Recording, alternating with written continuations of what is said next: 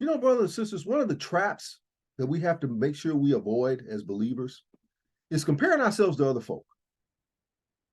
Not doing what God wants us to do, but we're trying to look at what other people are doing while we're supposed to be doing what we're supposed to be doing.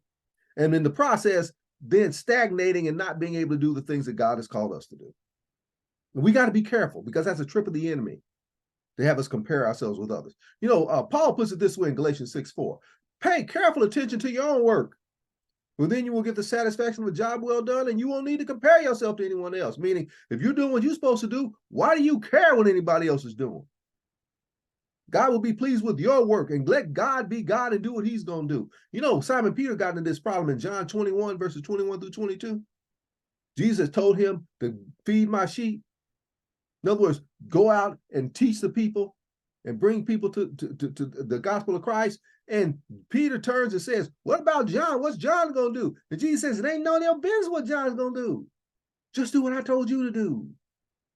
And brothers and sisters, Jesus is telling us that too. Those of us as we're comparing ourselves to others. Don't compare yourself. I don't care what they're doing. And neither should you. I got that under control. That's my business. You do what I told you to do. And make sure you're doing what you need to do. And make sure you're doing the things that's pleasing to me. Don't worry about somebody else. And then you don't need to worry about anybody else. So brothers and sisters, don't fall into that trap. Focus on what God has told you to do and let God be God.